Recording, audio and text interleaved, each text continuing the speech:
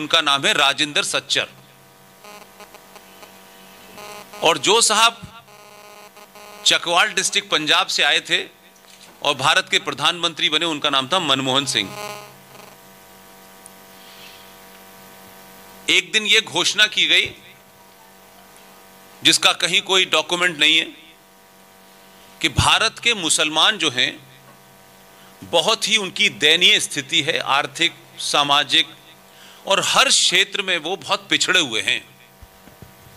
लिहाजा बातों बातों में राजेंद्र सच्चर साहब को ये जिम्मेदारी सौंपी गई कि आप पता लगाएं कि मुसलमानों की स्थिति क्या है। और उन्होंने एक रिपोर्ट बना के दी 2006 में, और उस रिपोर्ट में बहुत सारी बातें की गई और रिपोर्ट के ऊपर अमल शुरू हो गया। और आज सच्चर कमीशन के तहत 5,500 करोड़ का बजट है जो मुसलमानों के अपलिफ्टमेंट में खर्च हो रहा है। आपने उसका फिर दोबारा से संविधान का वायलेशन किया। लेकिन इस सच्चर कमेटी की रिपोर्ट में जो तथ्य सामने आए हैं कि कोई भी ऐसा प्रस्ताव जिसे संसद पास करे, कोई भी ऐसा प्रस्ताव जिसे संसद पास करती है तो उसे राष्ट्रपति के साइन होते हैं, तब उस पर अमल होता है। सच्चर कमेटी के बारे में ना तो वो पास हुई है, ना ही राष्ट्रपति के उस पर साइन हुए हैं। लेकिन 2005 से एक तरफा भारत के संविधान के आर्टिकल 14 को रौंदते हुए एक खास मजहब के लोगों को सिर्फ इसलिए कि वो वोट बैंक है, आपने माइनॉरिटी कमीशन दिया, आपने सच्चर कमीशन दिया, फिर 1995 में आपने वक्फ बोर्ड कानून दे दिया और 2013 में भारत की संसद ने वो कानून पास कर दिया। तो वक्फ बोर्ड जो है उसके एम्प्लॉय पब्लिक सर्वेंट कहलाते हैं। और वक्फ बोर्ड जो कानून है 2013 का, वक्फ प्रॉपर्टी एक्ट, सॉरी, उस कानून की धारा आर्टिकल 40 में जो कुछ लिखा है उससे देश खतरे में होगा, उसका सरकार का काम है, सरकार करे। मैं जिस मामले को मुद्दा बना रहा हूं वो ये है कि इससे राष्ट्र खतरे में है। वक्फ प्रॉपर्टी एक्ट 2013 की धारा 40 ये कहती है कि वक्फ बोर्ड के 2 कारिंदे क्लर्क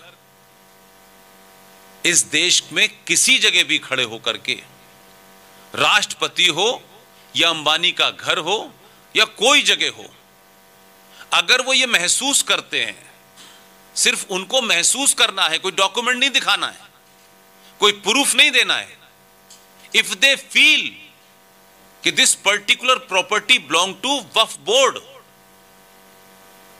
तो धारा 40 का अगला लाइन ये कहता है कि वक्फ बोर्ड के वो 2 कारिंदे, they will order the competent authority of that area, whether it is district magistrate or SSP or SP or SHO or municipal corporation, to vacate this place within 24 hour or 48 hour or 78 hour and hand over the key to the Waqf board. इसमें जिस आदमी की property है उसके पास उस property के कागजात के अलावा तो कोई और प्रूफ है नहीं। लेकिन उसमें जो आगे बंधन है वो ये है कि एक शरीफ आदमी उन कागजों के साथ कोर्ट जाएगा। वक्फ प्रॉपर्टी एक्ट 2013 ये कहता है कि हाई कोर्ट उसकी सुनवाई नहीं करेगी और जिसकी प्रॉपर्टी छीन ली गई है इस इल्लीगल कानून के तहत, वो दोबारा से वक्फ बोर्ड ट्राइब्यूनल में जाके अपील करे। तो उर्दू में एक कहावत है कि जो आपके कातिल हैं वही आपके मुंसिफ भी हैं। अब इस एक्ट के माध्यम से पूरे देश में 2013 से लेकर 2021 तक एक नया फैशन इस देश में चला है और आम जनता ये समझती है कि ये पुलिस का काम है। ये पुलिस का काम नहीं है। हाईवे पे मस्जिद, हाईवे के नीचे मजार, सरकारी जमीन पे मजार, इलेक्शन कमीशन के बराबर में मजार, रेड क्रॉस रोड पे मजार, एयरफोर्स भवन के सामने मस्जिद। उनको ये प्रूफ नहीं देना है कि ये हम क्यों बना रहे हैं, वो मानते हैं कि वक्फ प्रॉपर्टी पे बनी हुई है। इसकी जिंदा मिसाल आप लोगों के संज्ञान में आई होगी, इसलिए कह रहा हूं। इलाहाबाद में एक बहुत बड़े क्रांतिकारी थे जिनका नाम था पंडित चंद्रशेखर आजाद। उनके नाम से एक पार्क बना हुआ है, एल्फ्रेड पार्क। उस एल्फ्रेड पार्क के अंदर आज तक न कोई मजार थी, न कोई कब्र थी, न कोई मस्जिद थी। वहां यकायक मस्जिद भी बन गई, मजार भी बन गई और सारे खेल शुरू हो गए। हमारी टीम के एक सदस्य विष्णु शंकर जैन, जिनके पिताजी हरिशंकर जैन साहब, जो राम जन्मभूमि मामले में एक हिस्सा थे, उन्होंने इस पे अपील की कि यहां तो इस तरीके का कोई स्ट्रक्चर नहीं था, ये यकायक यहां स्ट्रक्चर कैसे आ गया।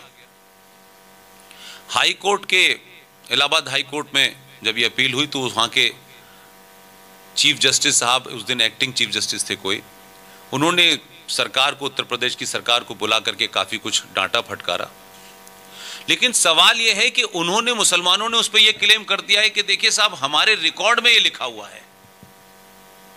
यानी एक ऐसा सफेद झूठ जो बिल्कुल पब्लिक के सामने, जिसको आप झुटला नहीं सकते, उसके ऊपर भी उन्होंने कहा साहब सन फलाने में हमारे डॉक्यूमेंट, उनके पास कहां से औरंगजेब या बाबर उनको डॉक्यूमेंट दे गया था ये मुझे नहीं पता, लेकिन वो झूठा भी डॉक्यूमेंट है तो भी आप चैलेंज नहीं कर सकते।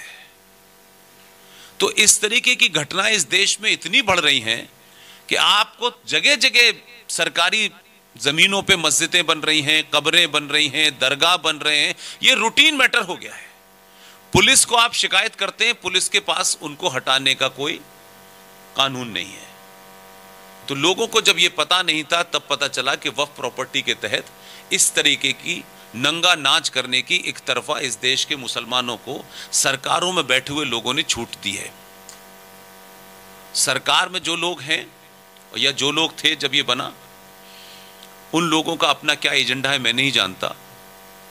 मैं चाहता हूं कि इस मुद्दे पे देश के लोगों को अवेयर करें, पता करें कि जो गली गली मोहल्ले मोहल्ले जंग करने की तैयारी कर ली गई है, हर सड़क पे, हर गली में, हर पार्क में, सब जगह ये हो रहा है, ये इल्लीगल है। इस मुहिम को हम पिछले 3-4 महीने से शुरू की है और ये हमारा मुद्दा होगा।